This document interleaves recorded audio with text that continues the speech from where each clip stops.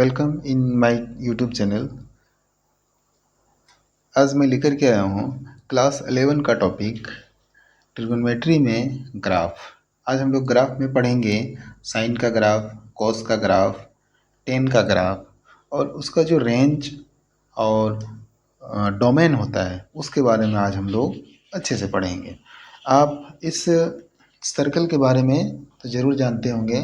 ये सर्कल हमारा है यूनिट सर्कल है और ये यूनिट सर्कल जो है ये रेडियस इसका 1 है और ये सर्कुलर सिस्टम को रिप्रेजेंट करता है। ये जो यूनिट सर्कल है ये आपको बताएगा कि किसी भी जैसे 0 डिग्री या 90 या तो फिर 180 या 270 के का जो वैल्यू होता है साइन कोस टेन का वैल्यू वो आप आसानी से इस सर्कल के माध्यम से याद रख सकते हैं। जैसे ये 10 है तो 10 मीन्स ये फर्स्ट कंपोनेंट हमारा साइन को रिप्रेजेंट करता है और सेकंड कंपोनेंट कॉस को रिप्रेजेंट कर सकता है। सो साइन अगर कॉस 0 होगा तो 1 और साइन 0 होगा तो 0। ये हमारा कॉस को रिप्रेजेंट करता है और ये साइन को रिप्रेजेंट करता है। तो आइए हम लोग साइन का ग्राफ पढ़ते हैं। तो साइन का ग्राफ के लिए हमको इसका एक सारणी चाहिए, इस तरह का टेबल का जरूरत होता है। तो आप देखिए ये सेकेंड कंपोनेंट आपका ये सेकेंड कंपोनेंट इसका ये वैल्यू बताएगा। ये 0 डिग्री पर बताएगा, 0 डिग्री पर 1 बताएगा, 90 डिग्री पर हमें ये 0 डिग्री पर 0 बताएगा और ये 90 डिग्री पर 1 बताएगा और ये पाई पर हमारे 0 बताएगा और ये 3π/2 पर ये -1 बताएगा, 2π पर फिर ये 0 बताएगा। और आप इसका अगर ग्राफ ड्रॉ करेंगे तो ग्राफ ड्रॉ करना इसका बहुत ही सिंपल है। जैसे ये हमारा 0 हो गया, 0 पर हमारा वैल्यू 0 है, 90 पर ये हमारा वैल्यू 1 है तो ये 90 पर ये 1 वैल्यू हो गया और पाई पर हमारा वैल्यू 0 है तो ये 0 हो गया। तो इस तरह से आप एक पॉइंट यहाँ, एक पॉइंट यार, इस तरह से कर्व बनाते हुए अगर आप इसको ड्रॉ करेंगे तो ये आपका साइन का ग्राफ तैयार हो जाता है। तो साइन का ग्राफ में आप देखते होंगे ये जो हमारा लाइन है ये रिप्रेजेंट कर रहा है हमारा डोमेन को। तो डोमेन इसका पूरा रियल नंबर r है और इसका जो रेंज है, रेंज देख रहे हो आप, ये 1 और -1 के बीच में ही ये घूम रहा है। सो ये इसका रेंज हो गया -1 से लेकर 1 तक। उसी तरह से आप कॉस का भी ग्राफ ड्रॉ कर सकते हो। आप देख सकते हो कॉस का जो मान है आप इसी सर्कल के माध्यम से निकाल सकते हो। जैसे कॉस का ग्राफ के लिए ये जो फर्स्ट कंपोनेंट है ये हमारा कॉस के लिए रिप्रेजेंट करता है। कॉस 0 का मान 1, cos 90 का 0 और फिर ये हमारा है cos 90 और ये cos 90 और ये पाई के लिए -1, पाई के लिए -1 और 3π/2 के लिए फिर हमारा ये 0 और फिर 2π के लिए फिर से 1।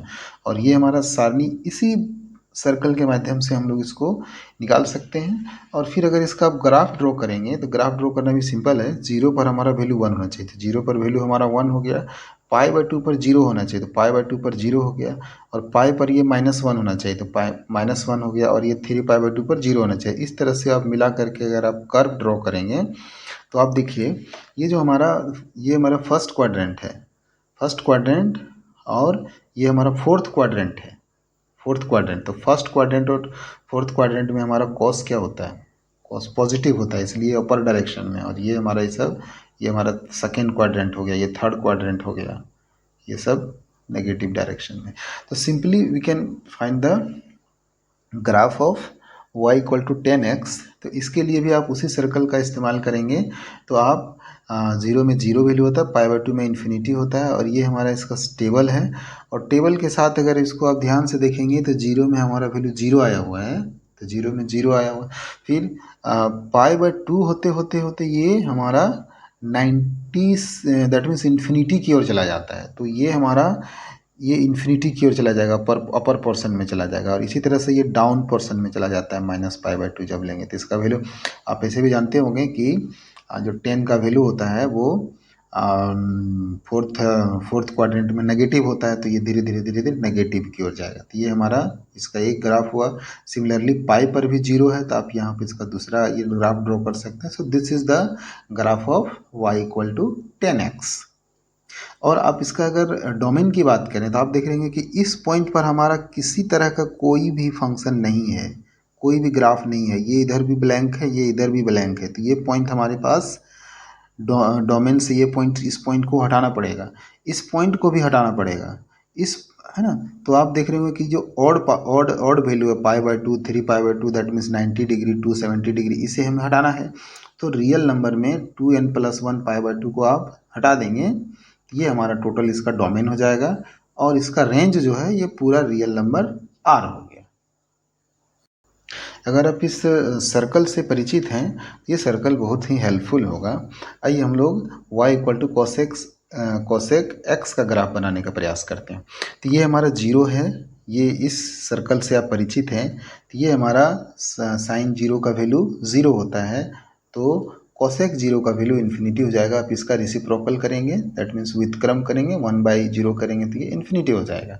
फिर ये अगर आप 1 का लिए हैं तो इसका रेसिप्रोकल करेंगे तो ये वैल्यू हमारा 1 हो जाएगा। सो कोसेक π/2 इक्वल टू 1, और फिर यहाँ पर ये वैल्यू हमारा 0 है साइन के लिए, तो कोसेक के लिए इन्फिनिटी हो जाएगा। इस तरह से हम लोग ये सारा वैल्यू निकाल लेंगे, और निकालने के बाद अब देखते हो π/2 पर हमारा वैल्यू 1 होना चाहिए। तो ये हमारा π/2 है, तो π/2 पर वैल्यू हमारा 1 होना चाहिए।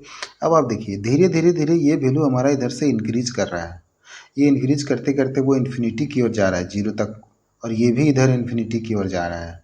सो this is our graph in first quadrant and second quadrant. ये फर्स्ट क्वाड्रेंट और सेकंड क्वाड्रेंट का ग्राफ है, और आपको मालूम होगा फर्स्ट क्वाड्रेंट और सेकंड क्वाड्रेंट में जो कोसेक होता है वो पॉजिटिव होता है।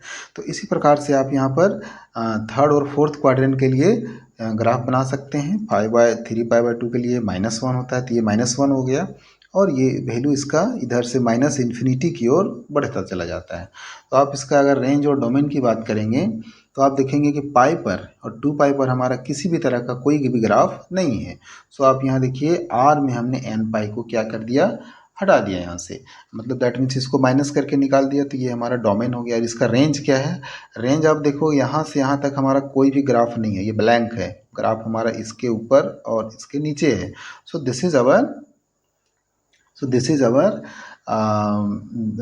Domain and this is our range. इसी प्रकार से आप सेक का भी ग्राफ बना सकते हैं। सेक का ये वैल्यू दिया हुआ है, और ये सेक का वैल्यू जो है वो 0 पर हमारा ये वैल्यू 1 हो जाता है, हाँ, 0 पर 1, और पाई पर हो जाता है -1, तो ये 1 हो गया, और ये वैल्यू हमारा इस तरह से अपर पोर्शन में जाएगा, और यहाँ से ये लोअर पोर्शन में जाएगा। एंड दिस इज अवर, आप देखोगे इस पॉइंट हमारा किसी भी तरह का कोई वैल्यू नहीं है। सो इसका जो डोमेन हो गया R-2n+1 π/2, और ये इधर से लेकर R-1 से लेकर 1 तक। इसी प्रकार से हम लोग कोट x का भी ग्राफ बना सकते हैं। इसका भी ग्राफ बनाना बहुत ही सिंपल है। जो कोट का वैल्यू है उसका हम लोग रेसिप्रोकल करेंगे। जैसे आप ये समझ रहे हो, ये फर्स्ट कंपोनेंट कॉस को रिप्रेजेंट करता है और सेकंड साइन को रिप्रेजेंट कर सकता है। सो आप अगर कोट 0 निकालेंगे, कोट 0 पर वैल्यू हमारा हो जाएगा 1/0, दैट मीन्स इन्फिनिटी, और ये 0/1 दैट मीन्स 0, और -1/0 that means this is our value. So आप π/2 पर वैल्यू हमारा है 0, तो π/2 पर जब वैल्यू 0 है तो ये धीरे धीरे ये अपर पोर्शन की ओर इंक्रीज करता है, और ये धीरे धीरे लोअर पोर्शन की ओर इंक्रीज कर सकता है। So this is our the graph of cot x। उसी प्रकार से 3π/2 पर वैल्यू हमारा 0 है, और ये इस तरह से एक ठो ग्राफ बनता है। तो यहाँ पर डोमेन क्या है हमारा, डोमेन आप देखेंगे ये पॉइंट हमारा, इस पॉइंट में किसी तरह का कोई ग्राफ नहीं है। सो इस पॉइंट को क्या किया जाता है, उसको बाहर कर दिया जाता है R-nπ से लेकर R तक। सो this is our domain and this is our range. आप इसका समरी देख सकते हो कि इसमें मेन आपको समझना है इसका डोमेन और रेंज। सो देखिए अगर साइन का लेंगे आप, तो साइन अगर लेंगे तो साइन का डोमेन और रेंज दोनों सेम होता है। अब आप यहाँ देखिए टेन और कोट का जो रेंज है, टेन और कोट का जो रेंज है वो सेम रहता है, लेकिन टेन का और सेक का जो डोमेन है वो सेम रहता है।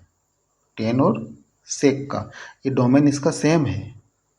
ये डोमेन सेम होने के कारण ही आप ये रिलेशन समझते होंगे, ये सेक स्क्वायर और 1 + tan²x, ये जो रिजल्ट आता है इसके दोनों का डोमेन सेम रहने के कारण ये दोनों एक दूसरे से इस तरह से रिलेट हो जाते हैं।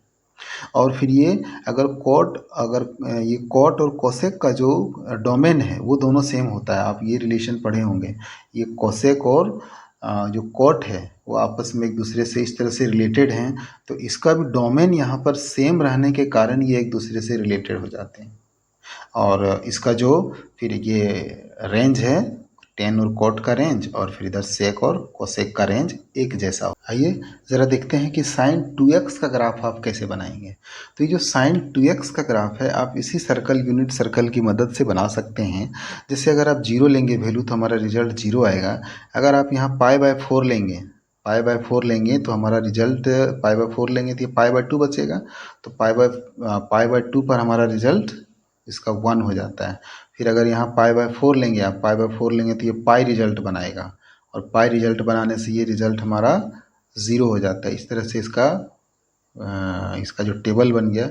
अब टेबल बनने के बाद ये π/4 में जो हमारा रिजल्ट है, π/4 में हमारा रिजल्ट 1 है और ये π/2 में हमारा रिजल्ट 1 है, 0 है और 3π/2 में -1 है और पाई में हमारा ये रिजल्ट इसका है 0।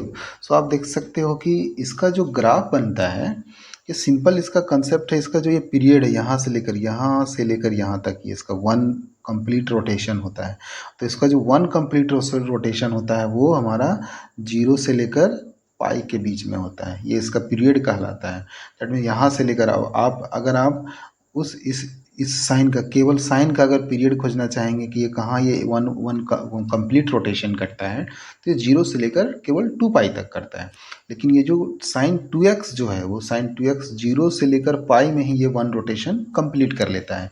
और इसी प्रकार से आप यहाँ पर साइन 3x का भी ग्राफ बना सकते हो। साइन 3x का ग्राफ के लिए आपको यहाँ π/6 लेना पड़ेगा। क्यों? क्योंकि π/6 लेंगे, अगर यहाँ π/6 बैठाएंगे आप तो यहाँ हमारा फर्स्ट वाला वैल्यू आएगा π/2।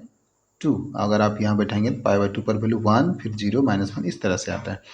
इसका आप जब पीरियड होगा, जैसे आप साइन x का हमारा होता है 0 से लेकर 2 पाई तक, तो 3x के लिए जो पीरियड होगा अगर 3 से आप इसको डिवाइड कर देंगे तो ये 2π/3 होगा। मतलब 2π/3 में ही ये हमारा 1 रोटेशन कंप्लीट कर लेगा। सो आप इसी वैल्यू की मदद से, जैसे π/6 में हमारा वैल्यू 1 है तो यहाँ हमने 1 डाल दिया और फिर ये 2π/6 में 0 है तो 0 हो गया, ये 3π/2 में -1 है तो -1 हो गया। इस तरह से आप इसको ड्राइंग करने का प्रयास करेंगे तो ये आप इसको आसानी से ड्राइंग करना सीख जाएंगे। उसी तरह से अगर आप ये साइन 4x का अगर आप ग्राफ ड्रॉ करेंगे तो साइन 4x का ग्राफ ड्रॉ करना सिंपल है। जैसे आप ये इसका जो पीरियड है वो कितना होगा, आप उसका जैसे साइन का होता है हमारा 0 से लेकर 2 पाई तक, तो ये 0 से लेकर π/2 में ही 1 रोटेशन कंप्लीट कर लेगा। तो आप देखिए यहाँ इस तरह से इसका मान सारणी आप खुद से बनाइए और इस तरह से ये हमारा इसका 1 रोटेशन π/2 तक होते होते ये कंप्लीट हो जाता है। इस प्रकार आप किसी भी ट्रिग्नोमेट्रिक फंक्शन का ग्राफ आप आसानी से दिखा सकते हैं और खींच सकते हैं। Thank you.